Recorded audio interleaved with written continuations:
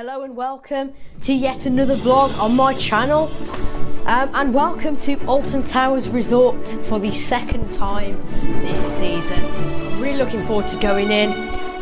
It is quite a sad day. It is the final day. Duel, the haunted house, strikes back, so I'm going to try and get a few rides on there.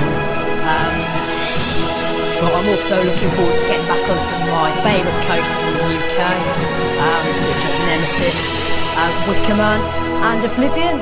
So I'm really looking forward to it, and we're going to enter into the park through the iconic entrance and down into Tower Street.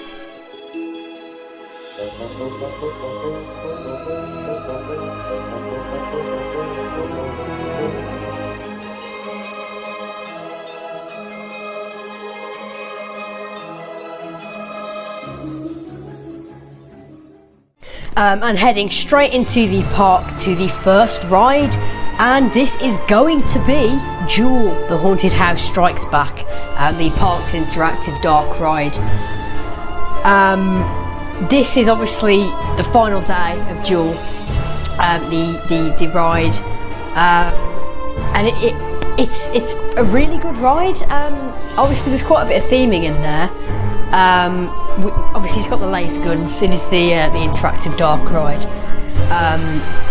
but you've got quite a few different monsters that you can shoot, and zombies in there, and there's some really big scenes, like you've got the sort of grand hall, where there's a couple of different monsters in there that you can shoot, and there's also obviously the ghoulish garden near the end of the ride, where there's quite a few different zombies in there, and monsters as well, and it's a really good fun dark ride. I will really miss it with it closing, but at the moment it is a really fun ride with the interactive shooters. It's quite a long ride as well. It's a huge show building, so there's a lot they could do with it, with whatever it's going to be,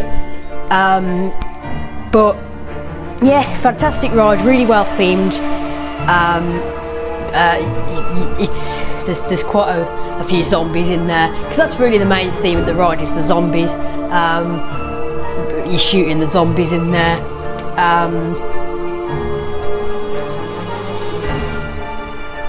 but with quite large scenes, and quite a bit of theming in there, it really makes for a fantastic attraction. I noticed that a lot of things were actually working in there, which was really good to see, probably because it's the last day. There's quite a few effects working. You obviously got monsters that come out, you've got zombies that come out, you've got a sort of face that opens out to reveal another face underneath. You've got the iconic bats scenes where all the bats are spinning round. You've also got these spinning heads as well. There's the huge spiders as well. There's a couple of huge spiders in there. There's a scene with the spiders where there's so much going on. You've got the zombies, you've got spiders. You've got the laboratory where there's a lot of zombies just sort of above as well. And then obviously you've got quite a large face that you go through, and there's actually a really good jump scare where, as you're going through into the tunnel, there's a zombie that comes out just on the right, and there's like a light, a strobe light on him, and a sound effect, and I didn't really see that coming, but it is a really good jump scare as well.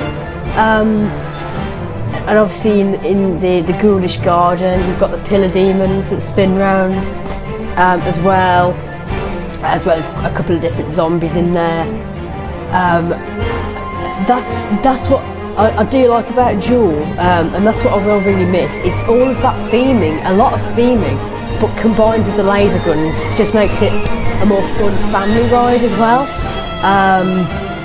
That's the element I'll miss about it, whatever it's going to be. But yeah, it's a fantastic ride and a great ride to start the day. We actually had 2 rides on this because it is the last day as well. So that was good to get another ride, a re-ride on it, because it never gets a queue, which is fantastic. So a really good ride to start the day.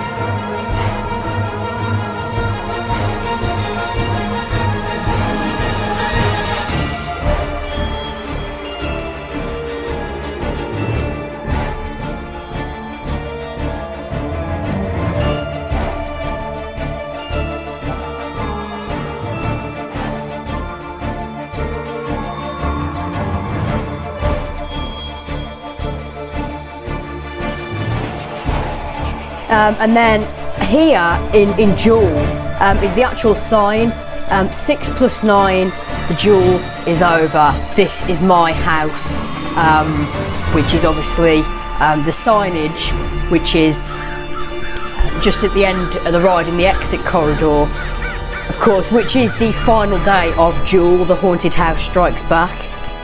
And then finally for Duel, the Haunted House Strikes Back, here is my on-ride photo from this interactive dark ride. Also from Duel, the Haunted House Strikes Back, I did get some merch. I got this fridge magnet. And then heading just down into Forbidden Valley to experience Nemesis, the beast itself. What an amazing ride this is. It's still one of my favourite coasters. Just with how it's all built into that valley, it's such an impressive ride, and how terrain following it is as well, with all the rocks as well, and as well all the little tunnels underground. It just makes for a fantastic coaster. Of course, with 4 inversions, it's got 2 corkscrews, a loop, and also a 0G roll. Some great theming with the station area being the actual Nemesis beast. As well, and the force on it as well, because it's very fast, and what I love about it actually, from the first drop, the first drop's not massive, it's quite a small first drop, but the amount of speed it builds up as you whipped around the top of that corkscrew, and from then on you just get so much force, just continuous force going around the corkscrew, and into the 0G roll, around the overbank, and into the loop. There's just continuous force for all of those elements. The force really holds on this ride for quite a long time, which I really love. And that's why it remains one of my favourites. It's just, it's such a unique experience, and combine that with the theming and all the terrain, following the terrain, and how intense the actual ride is, with all the inversions and all the force you get on it. It really does overall make for a fantastic B&M inverted coaster.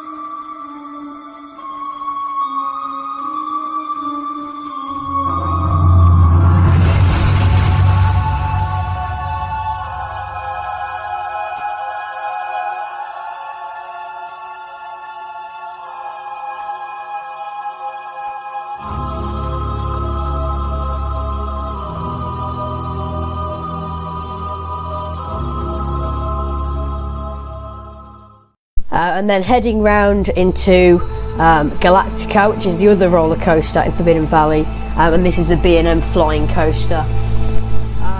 I actually really enjoy this. It's a lot more comfortable than intense, quite smooth. It rides extremely well because I really enjoy it. And what I found about it is on some of because obviously it features 2 inversions. You've got the sort of fly to lie, and then it banks round a bank turn, but inverted. So you sort of lie on your back, and it's really relaxing. And then the lie to fly, where you go back into flying again. It's quite a long inversion, that, and you've also got the 0G roll as well. On both of the inversions, I actually found I got quite a bit of airtime on them, and that's what I really enjoy about this coaster, especially on the 0G roll, because it's quite whippy. You really do get some good airtime on it, but it's really just sort of a good fun flying coaster experience, where you really get to take in all the surroundings as well, and it's just so relaxing. You have got some good theming as well, with obviously the Galactica portal just at the bottom of the first drop,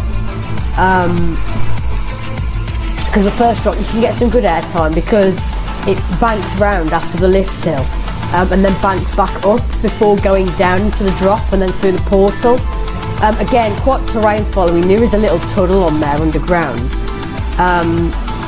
You've also got the tunnel at the start of the ride as well, because the station area is quite well themed. This sort of futuristic looking sort of space station. And you go through a tunnel at the start of the ride. It's got this sort of blue lighting in there as you go around into the lift hill, which I quite like. But it is a really good coaster. I really like it, and with the airtime that you get on it is really good, because obviously again the drop, as it banks back up before actually going down the drop, you do get some good floater, and also on the 0G roll you do as well. And with that combined with what quite a comfortable and smooth, relaxing experience it is, and that rides really well, it just makes for an overall good fun ride.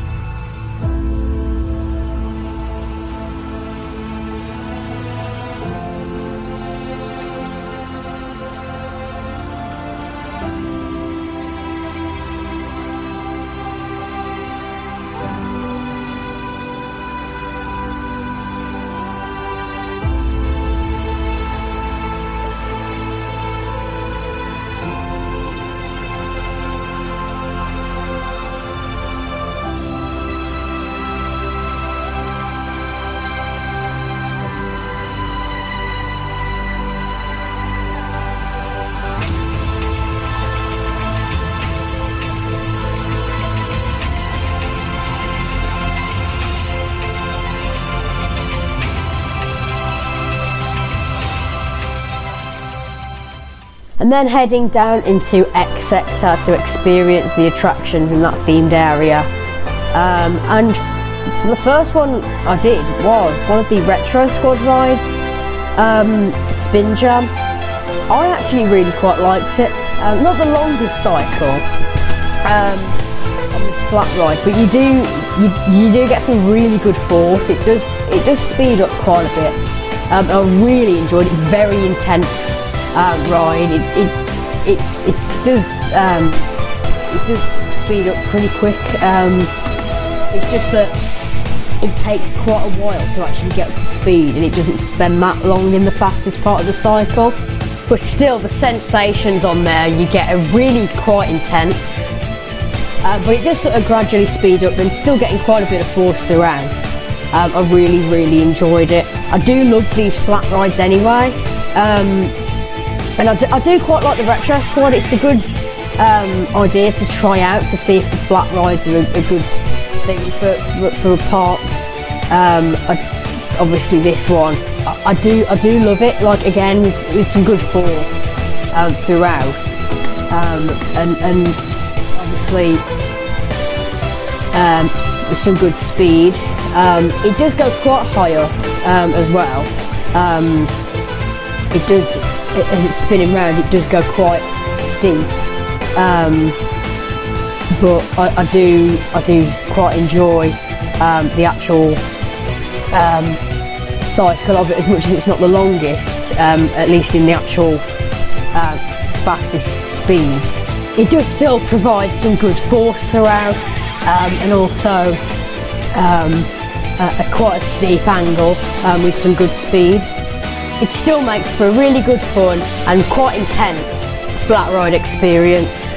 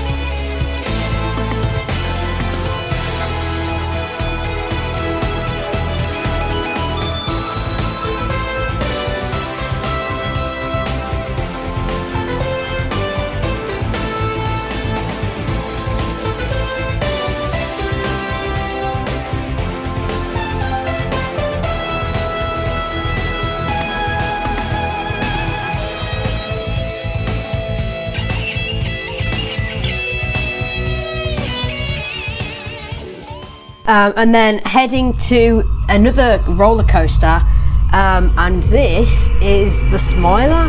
Actually, my first ride on the Smiler, and I really enjoyed it. It is one of my favourite coasters now. Obviously in X Sector, it really is a fantastic ride. I really do like it. Very long ride. That's something I really do like on it. It's very long, an enjoyable experience,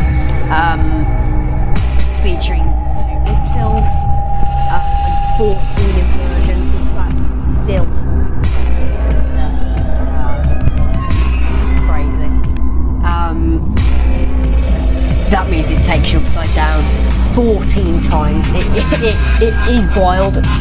It is pretty much, apart from the 2 airtime hills featured, it is pretty much just inversion after inversion after inversion, but it still makes a good fun ride, quite intense as well. It's quite minimally themed, but that's the theme. Of course, you've got the huge marmalizer structure in the centre, which is it sort of towers over part of the ride with the 2 airtime hills just underneath it. It is the main theming structure in the middle, with all different features on there as part of the marmalisation process. And you've also got the station building, which has just got sort of yellow pipes on it. The interior does have a few sort of big lights looking down on you, but it is kind of a sort of quite it looks like a lab, but that's the theming, really. You've got these sort of big lights of sort of security cameras everywhere because you're being watched the whole time, and I really loved it.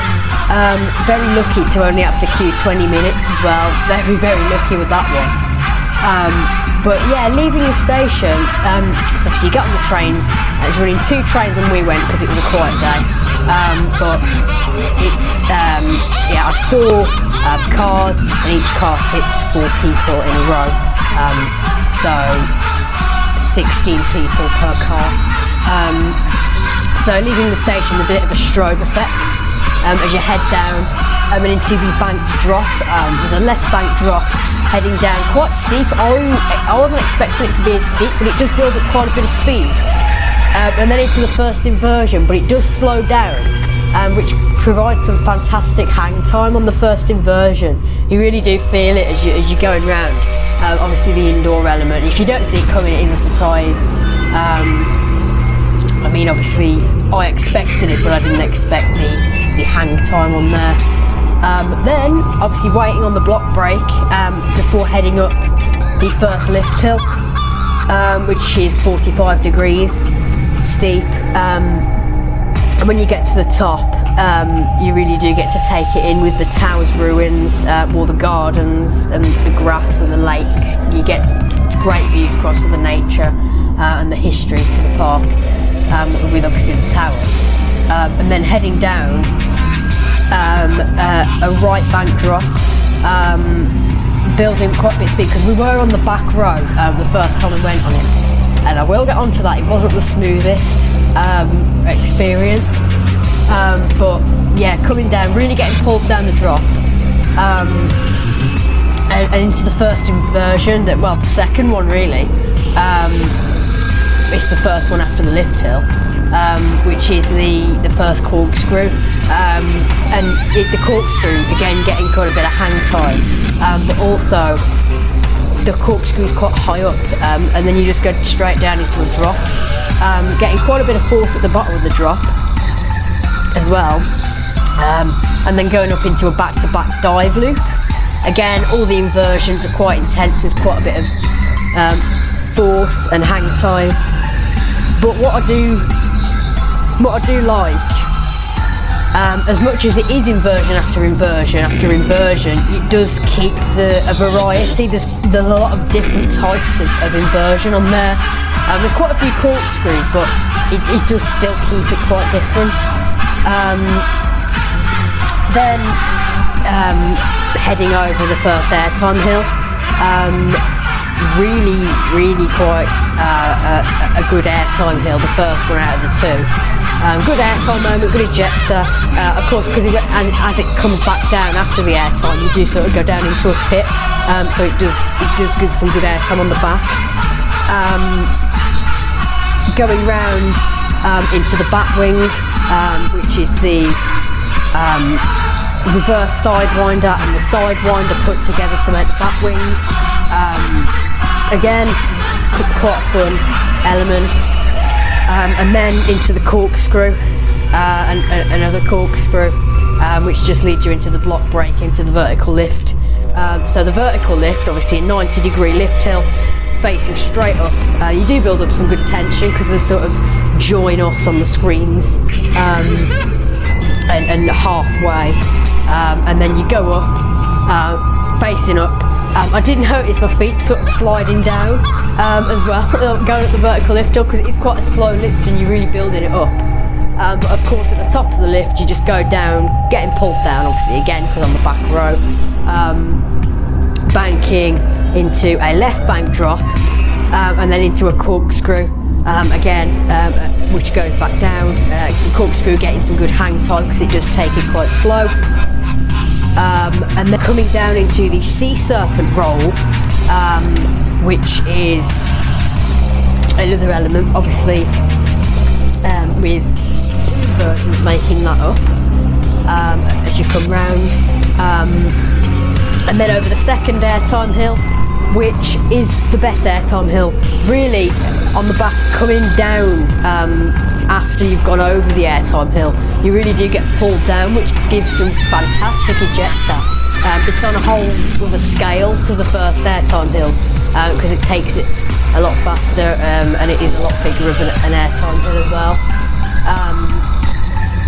Then going into the cobra roll, that was probably my least favourite element, just because the first half of the cobra roll was pretty good, and it because we're on the back, the second half, because obviously it is made of two inversions, the second half of the cobra roll I did get a bit of a headbang. That was the only major negative to it. The drops aren't the smoothest, but you don't get really headbanged on it. It was only because we're on the back on the second half of the Cobra roll that I did get a little bit of a head bash on there, obviously on the over the shoulder restraints, and then coming out of that went into a double corkscrew, upwards corkscrews, before banking round into the final brake run. I love the Smiler overall. It's sort of packed with so many different inversions. There's a good variety on there. Gives a really long ride as well, with all the different elements. Good force, good hang time as well.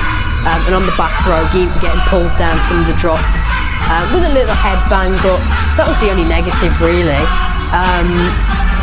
With it being an overall fantastic ride, and I'm really glad I've done it as well for the first time, because I've come off addicted to it. It's quite interesting because I did come off really sort of knowing I wanted to go back on that again, because with the amount of inversions, it does sort of take a while to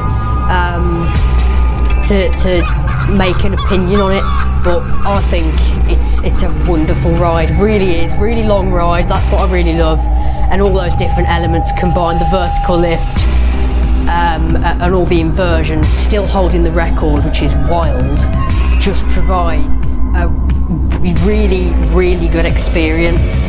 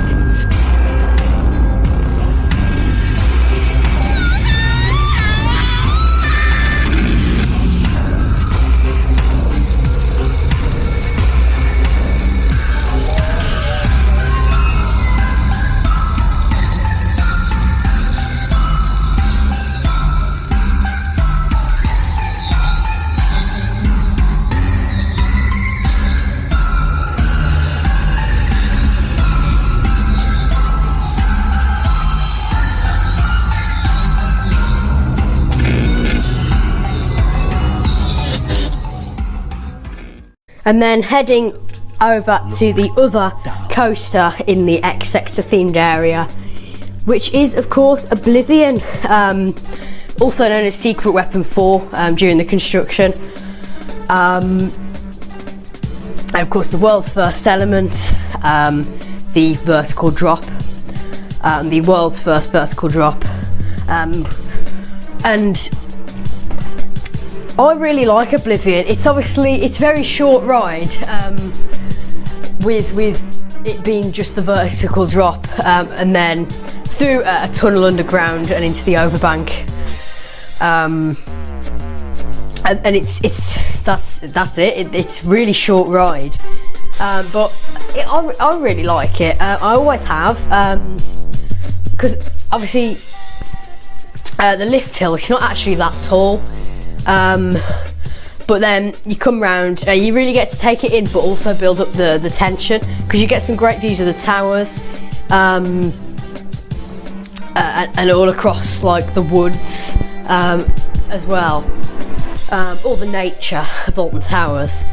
You really get to take it all in, but of course as you're coming around, you're also building up tension, because I've been on this a couple of times now, but every time I go on it, I'm always quite nervous, because obviously the drop, 87.5 degrees, quite, almost vertical, very close to vertical. That's why it was the world's first vertical drop.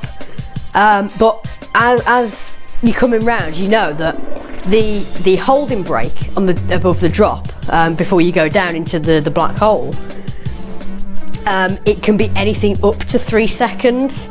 So you really, as soon as you hold down, you could be waiting there for a few seconds, you could be waiting there for a second and then go straight down. You never really know, and that's what builds up great tension. As you're looking down, you're looking over the area, you can see the Smiler. you can see all the people watching as you go into the black hole. Great views as you're looking down, and you really sort of like feel the tension, and it gets quite intense up there. And then you plummet down the drop into the black hole. There's so much mist that comes out of that black hole as you go, and it's pitch black down there. You really feel the force as you hit the bottom of the drop, get pushed into your restraint. Then you come over the overbank, and you just come back up into the brake run. But I always have loved this ride. I think it's the vertical drop. It's combined the tension as well as the force, and how intense the actual drop is. It's quite intense as you're just coming round and into the drop, because you know what's coming. It's quite it's a really good feeling, but also quite nervous, because obviously I always feel the same, even though I've been on it a couple of times now, which is what the ride is all about. It's making you feel like that before you actually go down the drop and get such a good force. But overall, I really do enjoy Oblivion. Very short, but very intense with the drop, and also the tension building up as you're coming round at the top of the lift hill, and into that holding brake where it can hold anything up to 3 seconds. So it's different every time, and that's what makes it such a good coaster.